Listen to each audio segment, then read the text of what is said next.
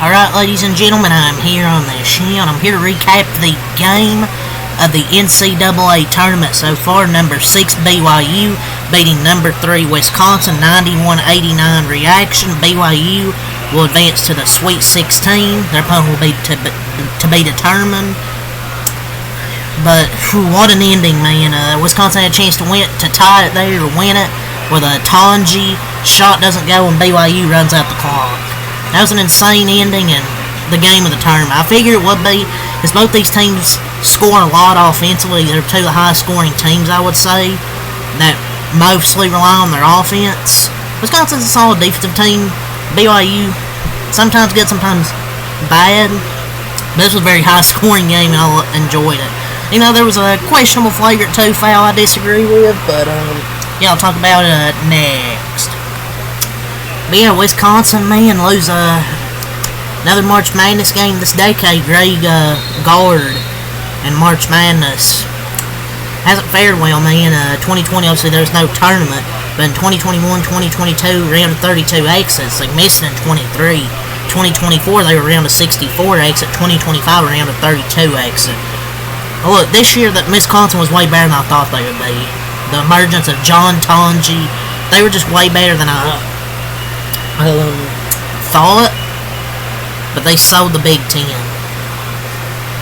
But that last shot, I don't know. The seat has to be getting warm despite the regular season success last 2 seasons. I think I like Gard, but this team was poised for a deep run, and they once again can't get past them first weekend. Ncaa ascending this year may have saved his job, I don't know, but if he can't have the tournament success, they might need to get rid of him, I don't know. That was a terrible last play, though. Like, maybe you could have put Ncaa as the decoy when the defense collapsed on him. He should have passed it back out for someone else, maybe to take a 3, because they have several good 3-point shooters. That was just a bad last play, because you had to take a contested shot. But yeah, the Big Ten falls to 10-1 in March Madness because Wisconsin couldn't win. Of course, it's Wisconsin, but y'all give a big congratulations to BYU, and they're going to the Sweet 16 for the first time since 2011 coach Kevin Young.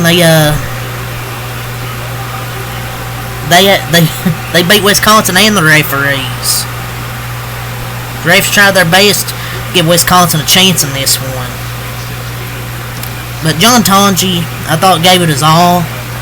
37 points. 10 of 18 from the field, 4 rebounds, 4 assists, 14 of 16 from the free throw line. He got a lot of free throws. Foul baiter. I mean, he was 10 for 18, but 14 of 16 free throws. Foul baiting. No, I'm just trolling. Give credit to Ncaa. He's the one that carried him down the stretch. He had a 3-pointer, got an and one that made it a 2-point game. But he missed a shot to tie the game, which was good defense. Didn't bite for the punt fake, didn't reach. That was a hell of a fight, though, towards the end. 3 bench points was a killer, and BYU's offense was really impressive, which is not a surprise because it's been good the whole season. BYU hit some NBA-level 3-pointers as well, but Ncaa dribbled himself into trouble in that final shot. But it was an insane effort from him, though.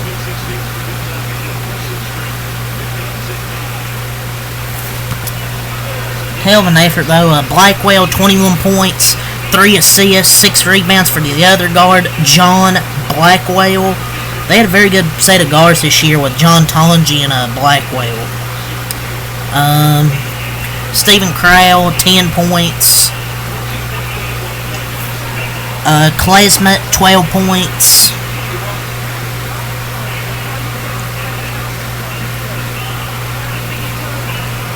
But yeah, not much really else besides that. Winter had 6 points, Gilmore 3, but besides your 4 guys, really, Blackwell, Ncaa, Crowell, and Klesmet, nobody else really scored a lot, and that's what, and the BYU just with more depth.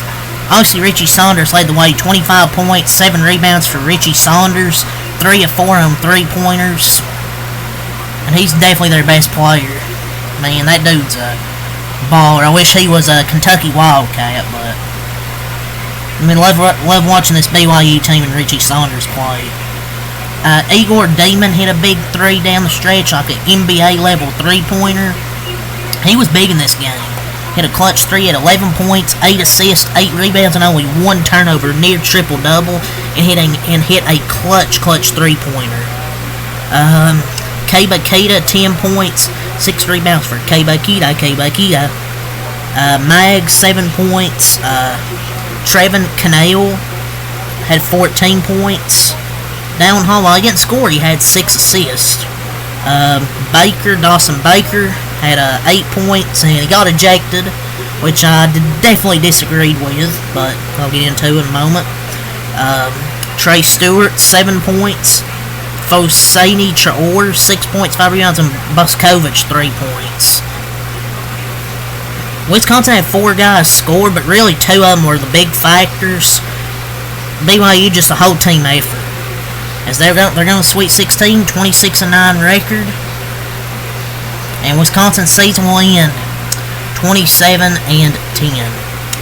BYU shot 49.2% from the field, 32 of 65, 12 of 26, 46.2% from 3, 15 of 16 from the free throw line, 93.8%, 41 total rebounds, 13 offensive, 20 defensive, 21 assists, 4 blocks, 5 steals, 10 turnovers, which were kind of an issue there at the end, which also helped because of the referees giving Wisconsin momentum with that flagrant foul, and 20 fouls as a team. Wisconsin, 27 of 63, 42.9%. 12 of 25 from 3, 34.3%. They just didn't shoot as well offensively as BYU, but they were able to hang around to where they would have a chance to try and win. 23 of 29, 79% from the free throw line, missed 6 free throws. They're free throws. 35 total rebounds, 14 offensive, 21 defensive, 11 assists, 2 blocks, 4 steals. Only 5 turnovers, done a good job taking care of the ball, and 15 personal fouls. So I'll get to the flagrant foul I was talking about.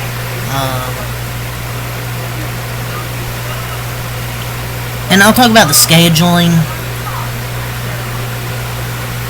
The scheduling with these games. I don't get why the Ncaa doesn't flip the scheduling on the weekend, double up in the afternoon, standalones at night. Okay, I guess it would be hard to do a standalone, but come on, dude. We really had 2 games in 4.5 hours. We had 5 games this afternoon to then have some of the best games in the tournament to date overlapping each other in the evening. I had to watch 1 game on my phone, 1 game on my TV. Never understand the timing format with this shit. I just want to talk about that real quick. Yeah, Wisconsin, the last shot wasn't great, but BYU 11-1 in their last 12, and that spans the top 5 team, the number 2 offense. But the flagrant foul that let Wisconsin back in, I hated it. I mean, I don't know. It was a flagrant 2 foul on Dawson Baker. I didn't like the call. I mean, a flagrant 1 at best. You can't alter a game because of that.